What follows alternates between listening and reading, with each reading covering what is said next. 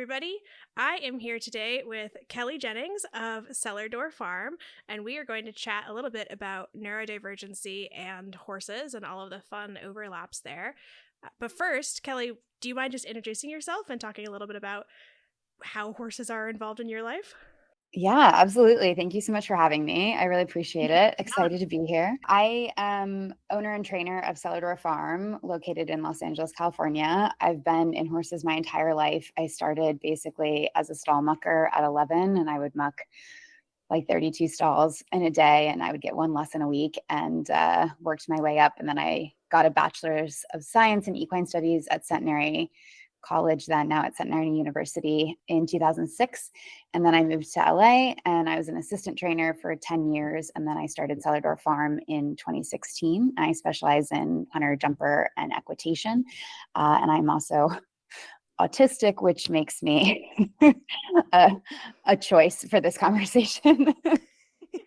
Well, 100%. And I have ADHD, so I feel like we both have found the ways that horses have helped with those parts of our lives as well, like individually. And yeah, I'd love to start just by talking about why neurodivergent people are attracted to horses in the first place. And I'm wondering if you can share a little bit about some like your reflections on your own experience. Yeah, I think that looking back, and I was a late diagnosed autistic. I got diagnosed when I was in my early 30s, and I'll be 40 this year. So I have everything a little bit in hindsight, which is kind of interesting. But I think that ultimately I was hyper fixated on horses. That was my ultimate hyper fixation. And I just sort of turned it into my career. But I think that is very common, especially in women, because they are so much less diagnosed than men. And it's such a mystery with women still to this day, as everything is because of the patriarchy. So basically, I think that you wind up with a lot of women who have this hyperfixation, and that I think is a little bit where that kind of weird horse girl trope comes from, where it's like, oh, she's this weird girl and she's really obsessed with horses. And when you break that down, you're like, oh, actually, maybe that's a neurodivergence and the horses are a hyperfixation, and this is soothing a part of them that nothing else in their life is really soothing. And so I think that is why neurodivergent people are a little bit sometimes put in that box of being the weird horse girl or the weird horse boy or the weird horse person, to bring everyone into it.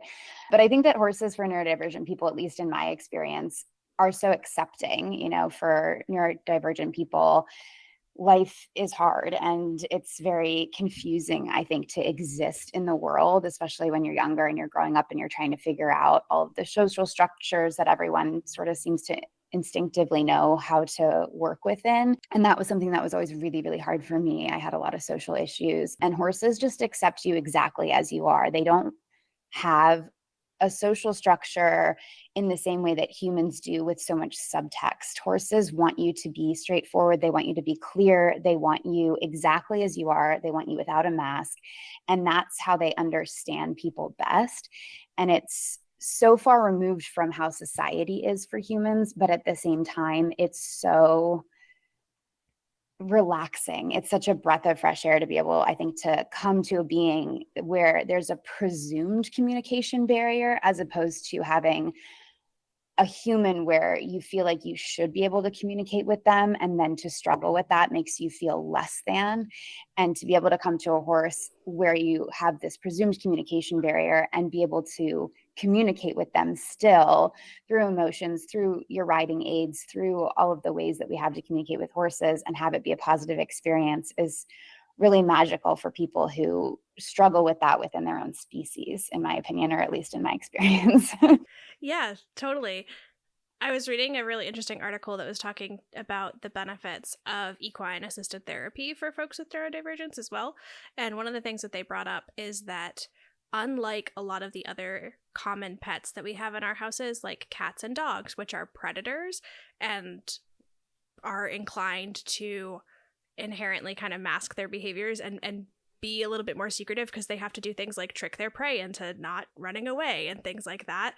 Horses are the prey animals and they don't have that same need. Like, they don't need that trickery or anything to survive. Their survival is run away. So they are kind of more like upfront with the way that they're feeling. And the instructor at the barn that I have my horse at, I overheard a lesson that she was teaching, and one of the things she said was, you'll know if your horse is going to spook before they spook, because you'll lose their attention. Their attention is going to go to whatever they're going to spook at. And I just thought, I was thinking about that while I was reading this article, and I was like, yeah, like horses are so communicative. Yes, that's so interesting. And I absolutely agree. The horses are so communicative if we let them be. And I think, for me with the autism, I think most types of neurodivergent are so data oriented. Like we're always looking for the data and subconsciously sort of accepting all of this data in from the outside world.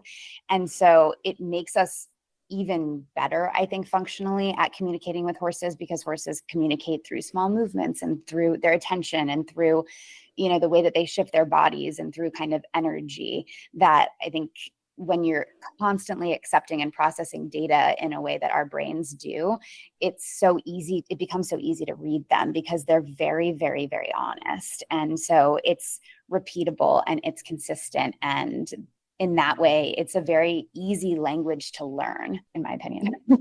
Yeah. And I think another piece of the puzzle too is that horses are reactive animals. Like they do have that flinch factor. They are really reactive. So if you come into the barn with a really high level of energy, like whether it's excitement or anxiety or whatever, like they're going to respond to that. It doesn't matter where the energy is coming from. They're going to respond to it with anxiety and like be like, what, why are we up? Like what's going on? So for me, at least, it has been an exercise in being mindful and staying grounded and like actually finding productive ways to deal with that like go go go go go energy sometimes. And I think based on what I've heard from other people, that's not an uncommon experience. Yeah, I think that's really true. And I think that's a very good point, is that the horses are kind of a reactive animal, obviously. And in my experience, I found that some horses, in personality wise, they kind of like a higher level of energy and they kind of like someone to be really, really interactive with them. And some horses really want to kind of sit quietly with someone. And that's, I think, especially like when you're shopping for a horse for someone, you want to keep that energetic field in mind and say, okay, this person wants a horse that will sit quietly with them, or this person wants a horse that they're going to come in and squeal, and the horse is going to come and put their face in that person's chest and be really excited with them. But overall, yeah, the horses do, I think, force us a little bit in a very positive way to regulate our emotions and to give us a sense of responsibility of controlling our emotions in a way that is important, to say, I don't want to freak this horse out. I don't want to influence them with this heavy emotion that I'm feeling, because they are so sensitive to it. And it helps us sort of feel better about regulating our emotions, which can sometimes be a little bit difficult. And then I know that in autism and other types of neurodivergence as well, the movement, we talk about stimming, and when you're constantly moving with, you're at the barn, I mean, riding is one thing, but also just, you're taking a horse for a walk, you're grooming a horse, you're tacking a horse up, you're emptying water buckets, you're sweeping a barn aisle. And there's so much movement to be had. And, all of us know there's always something to do with the barn, right? Like there's never nothing to do. And so it just gives you so much opportunity to move your body. And then it kind of takes a little bit of that instinct to stim and that need to press out the anxiety in our body away. And I think that's really healthy. I'm not a doctor. It feels healthy versus what else we could be doing, but that's not medical advice. Yeah, absolutely nothing said in this is medical advice at all. We are just two people. Yes, I'm a doctor of nothing, specifically not psychology or medicine. We just were the weird horse girls, and now here we are.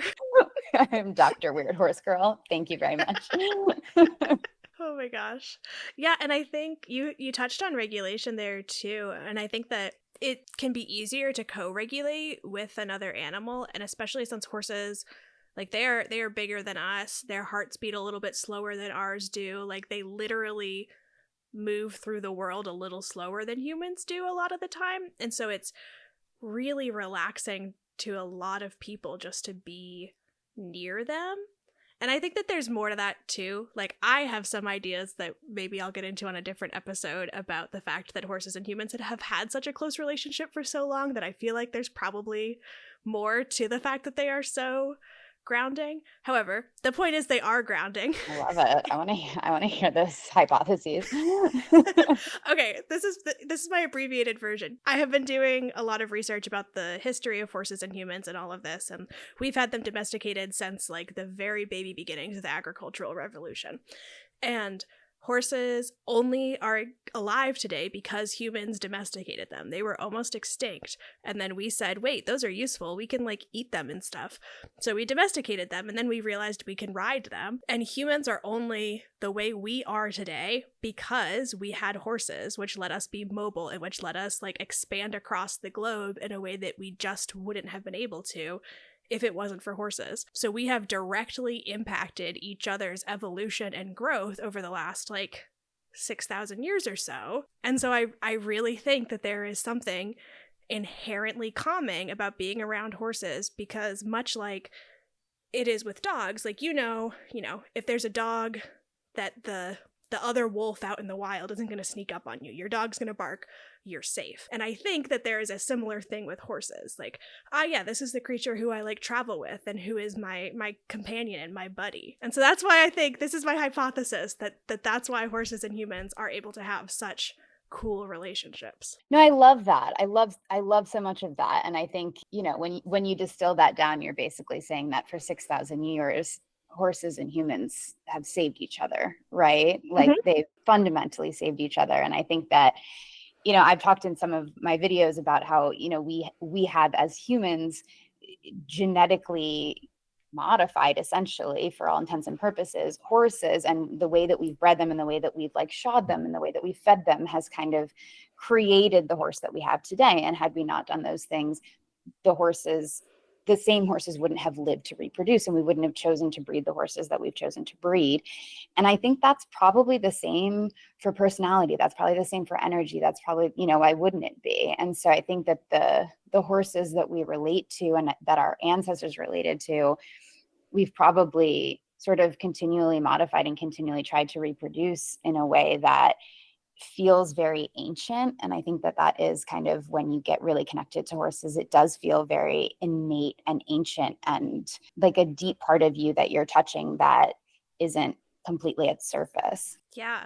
No, 100%. And something, I don't breed horses. I haven't bred a horse. I would like to, at some point, dabble in that perhaps. But one thing that I have heard repeatedly is that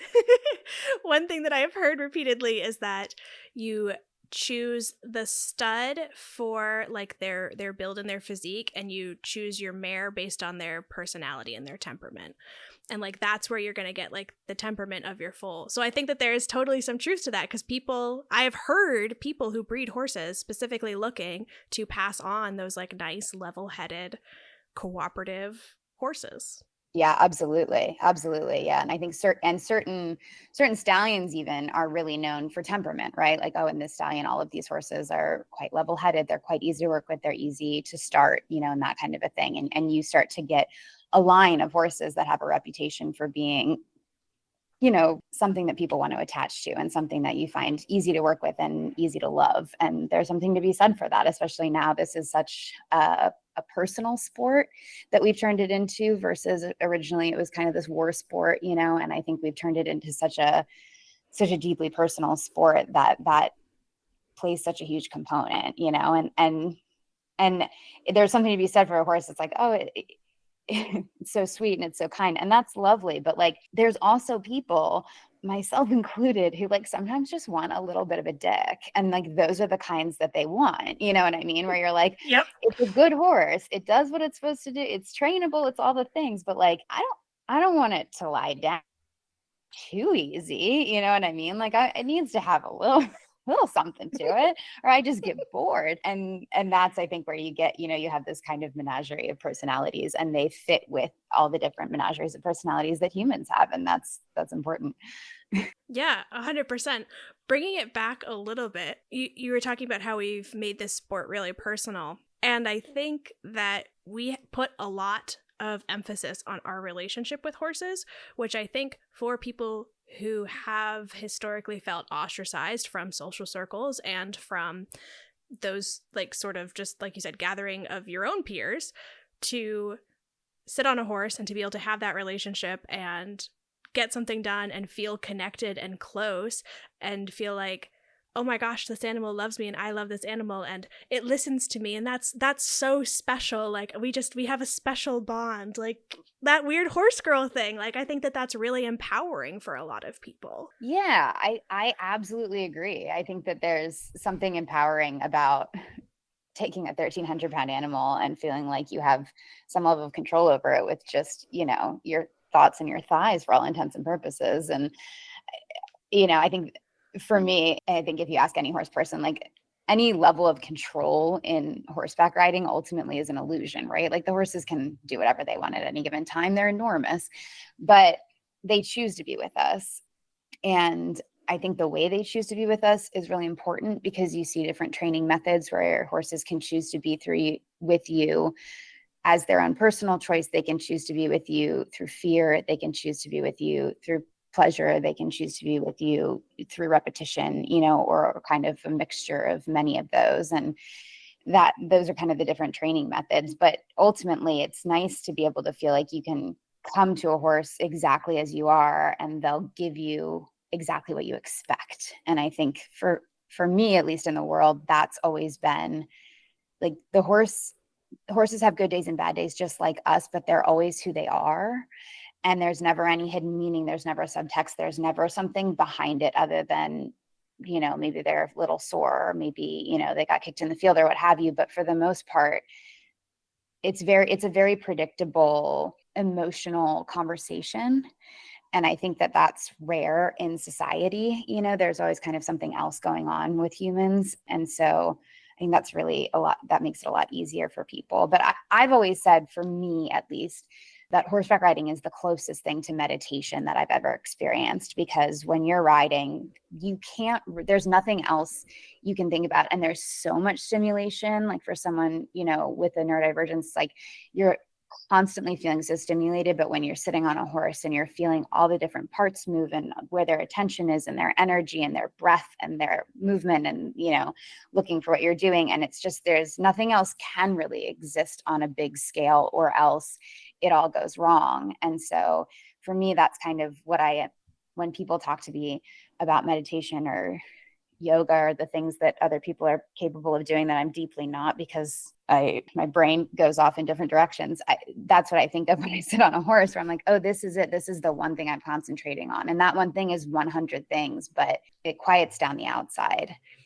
Yeah, it's multitasking on a single task. Yes. Yeah, exactly. Yeah. Totally. And I'm curious, you are a riding instructor. So what are some differences that you have seen, if any, between a neurotypical student and a neurodivergent student? There's a lot. And I think that obviously everyone's an individual, and so it depends on the person. But I find that the neurodivergent student really wants to know like the why and the how and the pieces. So it's not just enough to say, bring your hands up. You have to kind of stop them and go, listen, this is how the bit lays in the horse's mouth. And if you put your hands too low, that bit is going to break in the horse's mouth and it's going to rise up into the roof of their mouth and it's going to be uncomfortable. So you need to have a straight and go through the entire thing so that they know exactly why they're doing what they're doing, how to do it, and sort of can see where it goes from there. And if you break all of that down for them, so they have all of the data and all the information, then they pick it up really quickly. But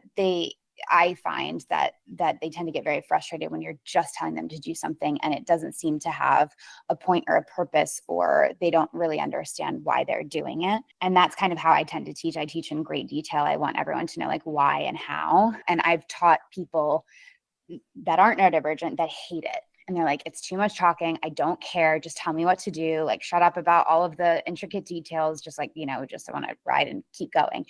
And that's fine. There's a trainer for everyone. But yeah, I find that the neurodivergent students tend to really like to know every single detail about it, and then they can apply it a lot easier. And then I also think that they have a little bit of difficulty in like being good at things or being not good at things. And that's a little bit of a barrier sometimes that we have to talk about, as far as being like, oh, I I feel like I'm not good at this, or, you know, I felt like I had this and now we're moving forward, and all of a sudden it feels like I don't have it and I thought that I did, you know. And I think they sort of quantify a skill very concretely, whereas neurotypical people tend to be a little more abstract about things. And so I tend to try and tell, especially my neurodivergent clients, like, you have to think about it like college courses, where it's like you nailed, you know, Cantor Seat 101, right?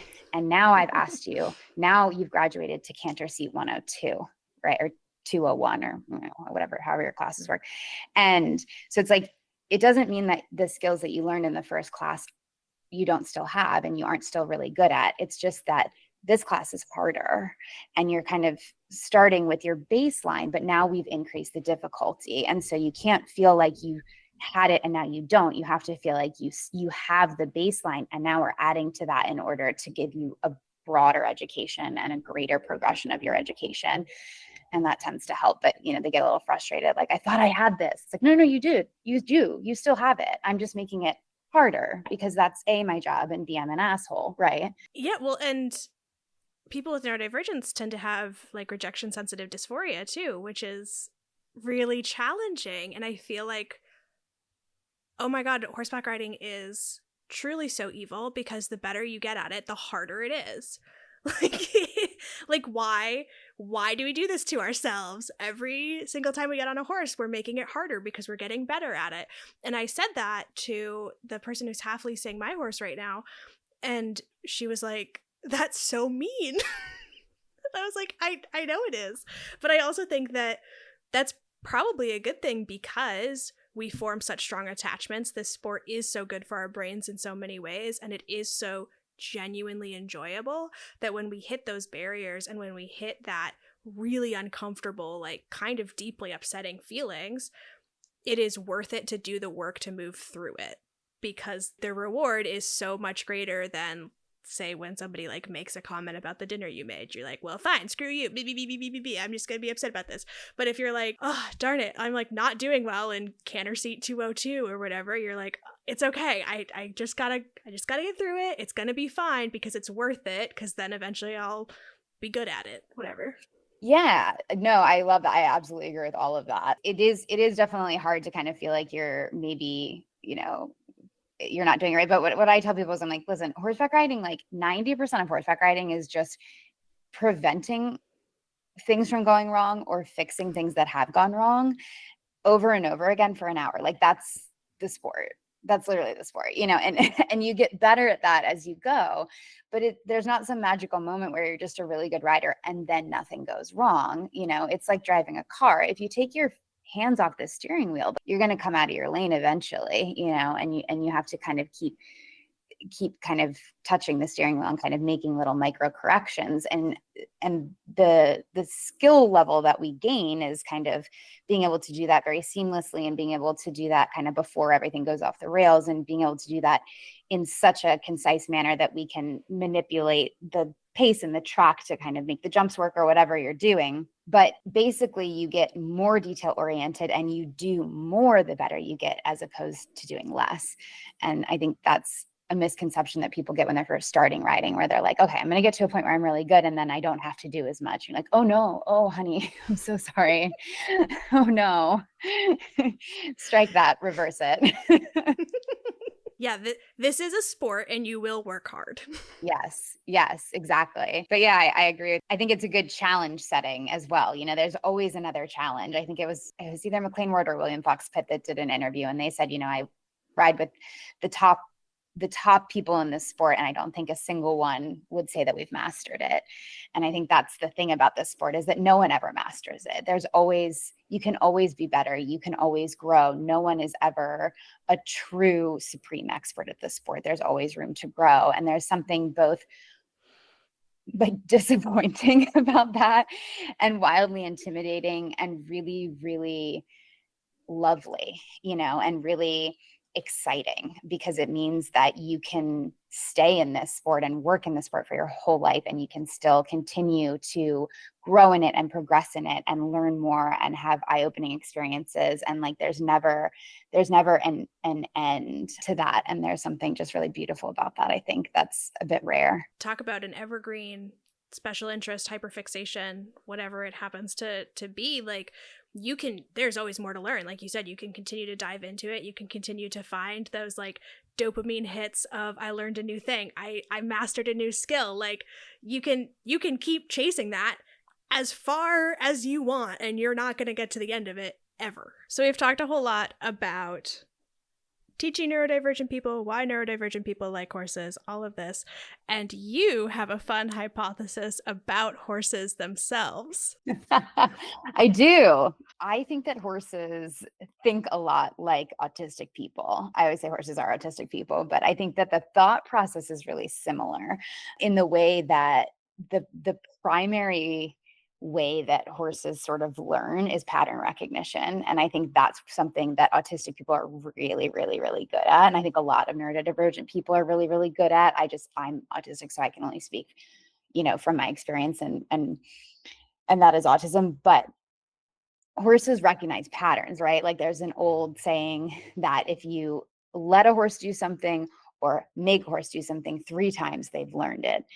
And I find that to be very true. But I find this in the training as well. The more that you can repeat something with the exact same aids in the exact same way, the more concrete it becomes in a horse's brain, right? Where they'll start to offer it to you. They'll start to go, oh, this is a fact, right? Like this is a truth because it's happened the same way so many times. This is exactly what's about to happen. And that's, in my experience, a very good way to train young horses, and I'm going to train any horse really. But that's what autistic people do too, right? They look at a lot of things and they go, oh, here's a pattern, here's a pattern, here's a pattern. We love patterns.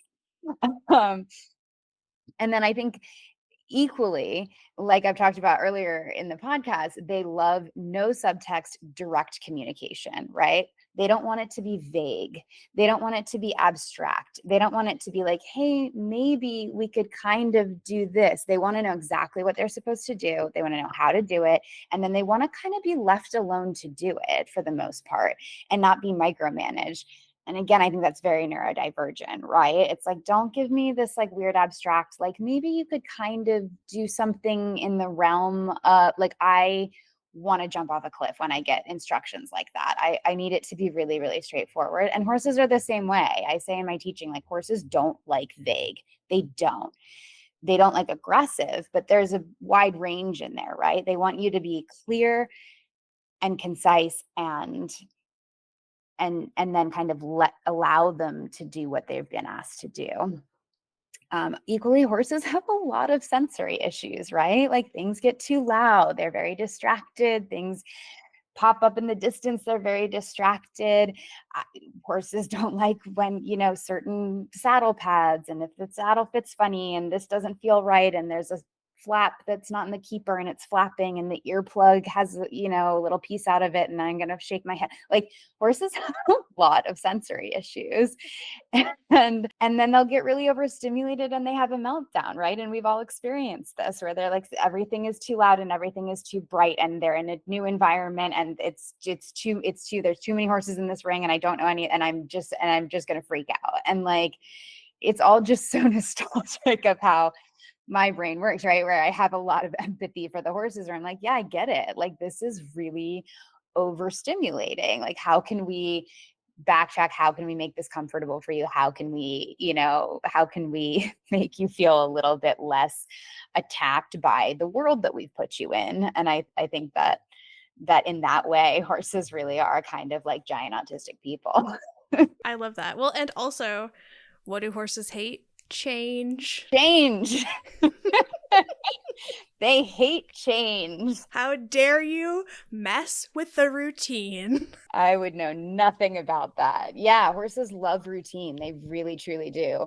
And so do neurodivergent people. We like to be able to anticipate what's going to happen because then we can emotionally prepare for it. And I think horses are very much the same. They have a sense of calm in routine, and they have a sense of calm in who's working with them, and that they're going to, go out, that they're going to eat at this time. Like they like knowing what's going to happen, right? In the same way that like I want to know what the parking situation is going to be at the restaurant. I want to know if it's cold in that restaurant. I want to know if it's loud inside. I want to know if there's a patio I can, like, I want to know. I don't just want you to call me and say we're meeting here at this time. It's not enough for me. And I think horses are kind of similar. Yeah. No, No, 100%. 100%. Well, Well, and and like, I mean, the thing that I keep thinking about as you're talking is the fact that one of the ways that my horse self-soothes is kind of obnoxious, but it's also adorable and endearing, is he'll push boundaries. Like he will do something he knows he's not allowed to do. And when I like reaffirm that boundary, and like if he goes to turn around on the lunge and go the other direction before I pass him to, and I'm like, no, like keep moving. We're going this way. He like licks and chews and relaxes. He's like, oh, yay, the rules are still the same. Thank goodness. Yeah, I totally get that. And I think a lot of horses do that. This is such a weirdly obscure reference, especially because it's been probably 15 years since I read these books, but I don't know if anyone read The Hunger Games. I don't know if the movies had this in it, but there's this scene in The Hunger Games where basically one of the main characters has been like sort of gaslit and tortured. And then at the end, they're like having these conversations and he keeps asking the other character, is this real? Like, is this real, or is this a hallucination, or is this, whatever they've been doing in his head? I don't remember. It's been a minute. But I think about the horses with that a lot, where they just want to know if this is real. And even like when we're clashing our aids and we're not explaining it correctly, or when there's a new jump and it's very scary and they're not sure if they're actually supposed to go over it or if they should run away from it because it's terrifying or what have you. And there's a moment, I think, if you're quiet enough and you're tuned in enough, when the horses ask you, is this real? Is this true? And if you can answer them with confidence in that moment, they'll do anything for you for the most part, that you can really sort of hold their hand and walk them through any version of reality, and they'll follow you, which is why we work with herd animals, right? But I do think there's a lot of pauses that the horses just want to know that it's real. And I think sometimes when they push back against a boundary, that's a little bit what they're asking, right? Like they're not just trying to be a dick. I think people default to that so much, like, oh, he's being a dick. And it's like, no, they're trying to make sure that their grasp of reality is correct. And I think that that's really fair, especially in a world where a lot of times we're not the most clear in our riding. Like not everyone is a professional. A lot of these horses are being ridden by people who aren't being clear. And so for the horse to just take a moment and go, is this real? Is so much more than fair. Yeah. Well, especially for the ones who do it so politely. Like I could never get mad at Jules. He literally just like starts to turn his shoulder and he's like, I'm gonna change direction. And it's like, no, you're not. He's like, oh, okay. But it really is just like, he's just like, I just need to know that everything is the same right now. And like I know a handful of horses that I have interacted with who do very similar things. They're just like, are the rules the same? They are? Thank God. Yeah, thank God, really. Yeah. And I think listen, like some horses sometimes just need to feel something, like they're like, I'm going to do something a little different today. I might get in a little bit of trouble about it, but like I literally just need to feel something today, and good on them, like sometimes I need to feel something, and I get it. And I think that we always have to be really cognizant that like these are living beings and they absolutely don't have to be doing these things that we're asking them to do. They're doing it because they're wonderful, willing participants, and they're just great beings. And so, some days they just want to feel something. And that's okay. And some days they can't keep it together, and I've developed a lot of young horses and that kind of a thing. And I think that it's important to listen to the horses when they tell you that they're feeling overstimulated, because most horses will warn you multiple times before you get into a position that's really dangerous. And so you'll get a horse that tells you through a variety of different sort of communications, hey, I'm not going to be able to hold it together, or like I'm very uncomfortable, or I'm really having a hard time regulating myself right now. And I find like if you can listen to them and go, okay, like maybe give me a little bit more and then we'll stop, then you wind up creating a much safer environment, and B, you create a horse that trusts that you are listening, where they're like, okay, I can tell you that I'm freaking out and you'll help. right? Instead of just telling me to get over it. And there's something, I think, that builds a confidence in a horse. Like, we have to trust that our horses are going to perform, and the horses have to trust that we're going to have their best interest at heart as well, or else this whole thing doesn't really work. And Totally. I think that neurodivergent people are sometimes better at picking up on those subtle cues because of all of that kind of like data receiving, and because of the way that they're always looking to neurotypical people in life, trying to figure out exactly what that meant and what did that facial expression mean and what did that, like, we are trained, especially women are trained so long and hard to kind of look for the little minuscule cues and what did that mean and what are they trying to say and is that real or is this person just saying that because apparently that's a thing. And I think that sets us up kind of for the horses to go, oh, there was a tiny communication, let me think about that. And it's easier with horses because they mean what they say and they say what they mean for the most part. Yeah. Well, and I mean, key difference between horses and neurodivergent people is that horses have no concept of masking. They're not going to hide it. They're not going to try to fit in. If they're overstimulated, they will tell you. All of these incredible ways that horses and neurodivergent people work together and live in harmony. Yeah. I mean, I say lean in, like lean into being the weird horse girl, lean into, like essentially, I think if you're a weird horse girl and you gravitate toward horses, like you've found your people and you found your beings. It's where you were supposed to be. Like it's the community that makes sense to you. It's like it's your found family, like that. This community, I think, embraces that so much, the neurodivergence, because it makes sense to so many of us. And so it's like, yeah, I don't know, like be the weird horse girl. I love that. Well, as we're getting ready to wrap up here, if people do not know who you are before this, where can they find you if they want to hear more of your opinions on things? I have TikTok at Cellar Farm, Instagram at Cellar Equestrian. I have a website, cellardorequestrian.com. And yeah, those are all the things I can think of right now. Okay, amazing. Well, thank you so much for joining me. This was so much fun. Thank you. Yeah, absolutely. And we will talk to you later.